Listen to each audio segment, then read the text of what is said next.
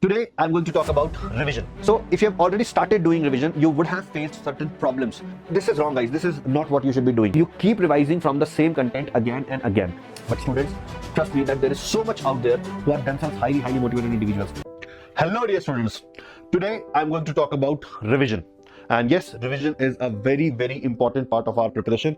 And generally, people who do revision properly in the right way, they end up scoring more than the students who actually falter at this step of the preparation, even though they might have practiced the problems or the chapters very well at the time of learning the chapter. So revision is super important, and let's talk about the aspects that you should be focusing upon while revising. So let me start with one thing that I'm pretty sure that you all know the meaning of the word revision, and you all know that revision is necessary, and you would probably be revising also at this point in time. So there are two types of revision that we can talk about.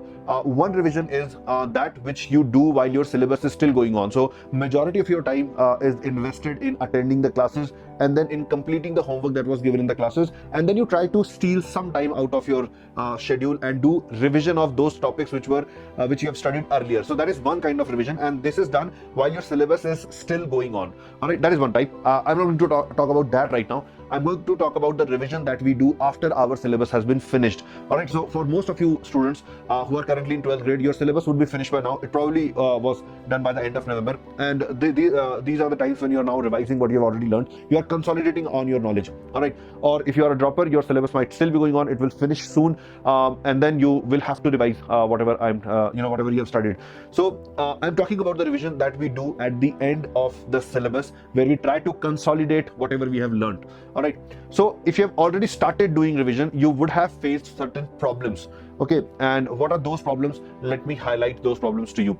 All right, many of you would feel that when we try to revise, we don't have enough time to revise. Like there is too much of revision to be done, and there is too less time to do that. All right, most of you believe that problem solving would be the right way to revise. Large number of questions to be solved, and therefore you feel that you are lacking time to revise. So that is one of the key problems that the student face. The other problem is that you feel sleepy when you revise. Like revision is a boring task. Most of the students say that it's so boring. I would like, people love revising chapters like rotation, where they have to do a lot of solving. But if you ask them to revise a chapter like surface tension, then they don't want to do that, because it doesn't require too much of solving. It requires a bit of memorization. It requires going over the same theory again and again. So you do feel a bit sleepy while revising. So that is another problem. And the third problem is that many of the students actually don't understand the meaning of revision. They tend to rewrite the stuff that is already written in their notes, or they tend to go through the video lectures again, hoping to so that the concept would brush up in their mind. Okay, so guys, these are not the right way to revise. When you're trying to revise something, the time that you need to invest to go over the chapter should not be comparable. It should not be nearly the same as the time that you invested when you learned the chapter for the first time. It cannot be that way, because that is too much time for revision. So these are the key problem areas that I have seen students struggle with. Some of them feel sleepy, some of them feel that they don't have enough time to revise, some of them start revising in the wrong manner. All right, so this is wrong, guys. This is not what you should be doing. All right, you have to find out the right strategy for revision. Revision is a very important step, and there needs to be planning done to before you start this revision process. So what exactly is that planning, and how will you do it? That is going to benefit you. So before I tell you that, I would like you to comment on the video to tell me that how you have been revising till today. Like right now, what is your way of revision, and then I will tell you that how the revision should be done. All right, so let's start with it. Okay, so guys, there are 5 techniques, or there are 5 steps that I want to tell you that you should keep in mind when you are planning your revision. And let me just emphasize again that revision is very important step for converting your knowledge into marks. All right, it is during the revision phase that many of the students, they really show their potential, or they really realize their potential. All right, so what is the right way? So the first technique that you need to keep in mind is there should be a strategy for revision. All right, you just can't pick up your notes copy and start revising the chapter in the same order in which you have studied the chapter. Realize this now, students. You have finished your all the topics. You have learned all the topics in physics, chemistry, maths. When I say all, like the syllabus is complete in your batch. You might have left a chapter or two because of some reason. You might have fallen sick or whatever. So I'm assuming that there would be some chapters that you did not do, but largely you have done your syllabus. You've completed the syllabus. Understand this, guys, that when a topic is being taught to you, the sequence of chapters is chosen in such a manner that it builds your conceptual ladder. Okay, like if there are some prerequisite chapters to learn a specific chapter, then you are first taught those prerequisite chapters, and then we move on to the chapter that requires those chapters. So while designing the sequence of teaching, the focus is on building the conceptual ladder. So the chapter sequence is different. Different compared to what? Different compared to the high weightage topics that will be there in the exam. So be it a JEE main examination, be it a JEE advanced examination, be it a NEET examination, in all these chapters, when you look at the previous year papers, you will be able to find that there are certain chapters from which more number of questions come, and they come repeatedly every year. Okay, so let's call the collection of these chapters as high weightage topics. Okay, so you can see about 50% of the chapters, of the total chapters, from which more number of questions have come, and repeatedly they have come, and you should start revising in the sequence of high weightage chapter, which can be different from the sequence that you followed while studying the the subject. Understand this, while studying, conceptual ladder was being built. Now that you know all the concepts, you can actually jumble the topics and revise in any way that you want. Okay, so that is one thing that you should keep in mind, that revision need not be done in the same order in which you learned the chapters. That is point number one. Point number two, you can plan on revising similar chapters together. For example, if I talk about physics, when you are revising electrostats, it would be a good idea to revise gravitation also around that time only, like along with electrostats. If you are revising current electricity, you can club the heat transfer, the conduction part with that, because they are again similar in nature. So you can, if you are revising, let's say, thermodynamics and physics, at the same time or around the same time, you can plan on revising thermodynamics of chemistry also. When you are revising atomic structure and chemistry, you can plan to revise modern physics and physics also. So similar chapters you can revise at the similar period, 1 day, 2 day gap. So that will actually improve your understanding also. That will help you recall a lot of things, that will help you to interrelate the things. So strategy needs to be there while planning your sequence of topic that you need to revise. Okay, so that is the first point, that don't start revising blindly. There has to be a strategic. Okay, the second point that you need to keep in mind is that revision without any fresh practice is not good, students. Okay, so when you are revising, you are trying to recall what you have studied earlier, whether it's a concept, whether it's the application of a concept, whether it's a specific variety of a question. You go through your notes, you go through the examples that were done in your class, and that helps you recall the concept as well as the variety. All right, now what you need to do, you need to attempt some fresh questions of the topic that you have just revised, and you need to see whether you are able to apply the concepts, whether you have been able to recall the concepts or not. All right, so fresh practice will give you an idea, an indication about how good your revision has been. So revision has to be accompanied by fresh problems that you are going to solve. Okay, and that is what we actually do in all the revision batches that we run. Like in Eklavya program, that the whole program is about very effective revision. Okay, and whatever I'm telling you, this is the thing that we actually follow in Eklavya also. Okay, now third thing that you need to keep in mind, guys. See, you will agree with me if I tell you that from your junior grades, or maybe from your 11, 12 studies, if I ask you to recall a concept, let's say I ask you to tell me the Newton's second law or something similar.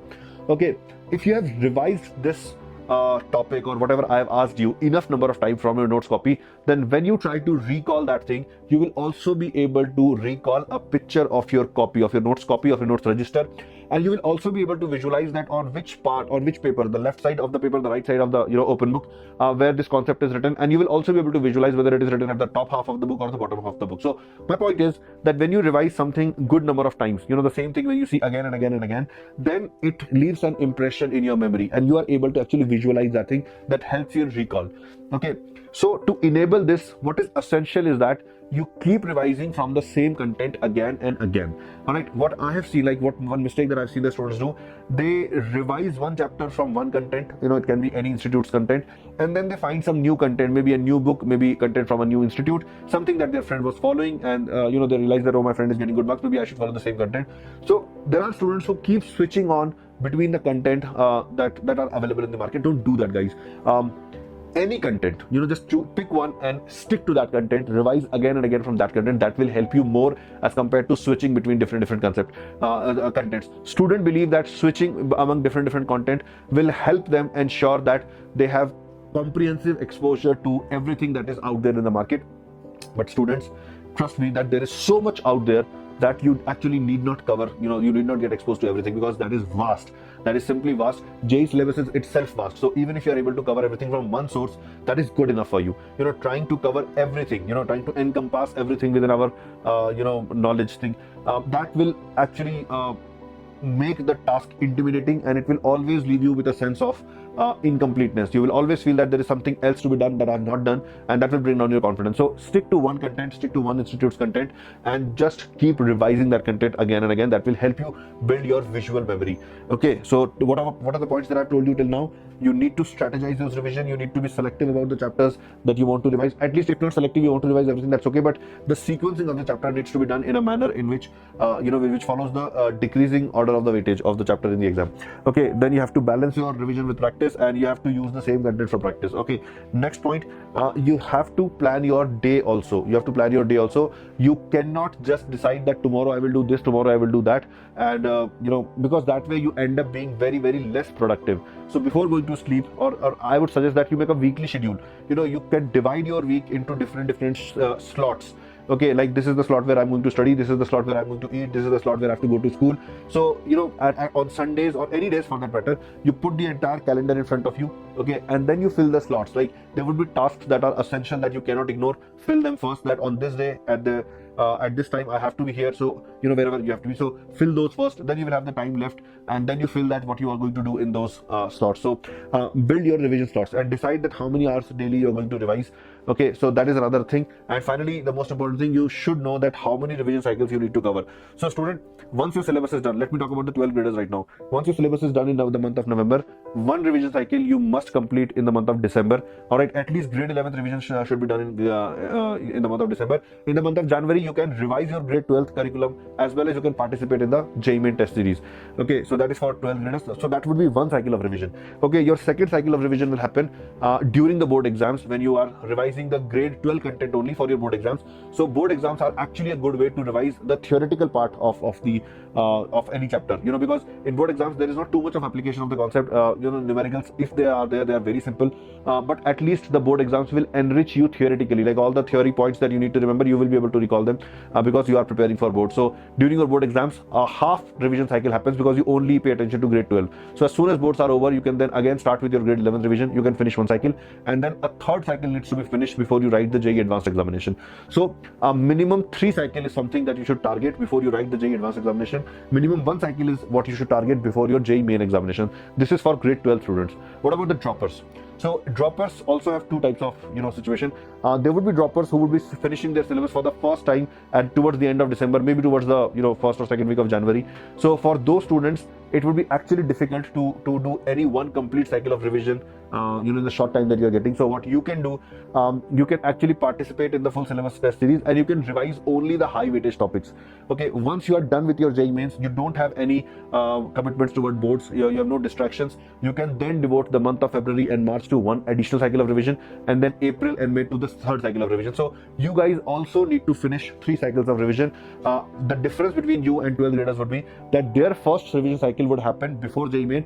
Your first complete revision cycle will probably happen during the month of February and March. All right, so these are the revision cycles that you should write. So there needs to be clarity regarding revision. What you need to revise, you need to select the chapters according to their weightage. Then when you are revising, there should be a content that you are parallelly solving along with the revision.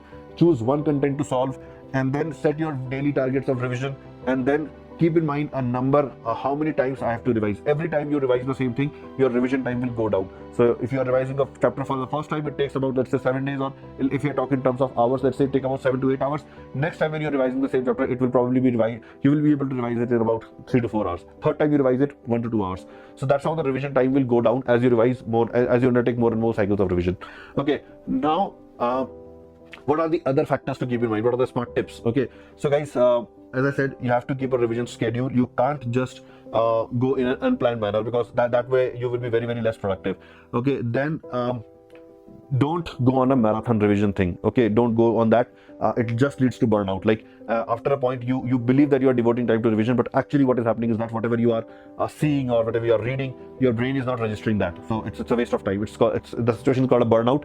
So avoid that. Okay. And third thing, of course, guys, we are here to motivate you. We are here to give you the guidance. So you should stay positive. You should stay motivated. If you feel that even an iota of demotivation is creeping in you, then do visit this YouTube channel and you will find loads of motivation here.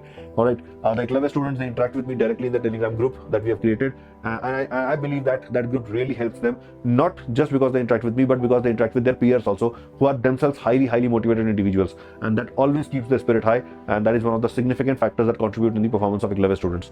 All right, guys. So on that note, I will end this session. That's all from my side. I hope I was able to tell you a few things about how you should be revising, and it is going to help you in your performance. Take care, students. Bye-bye.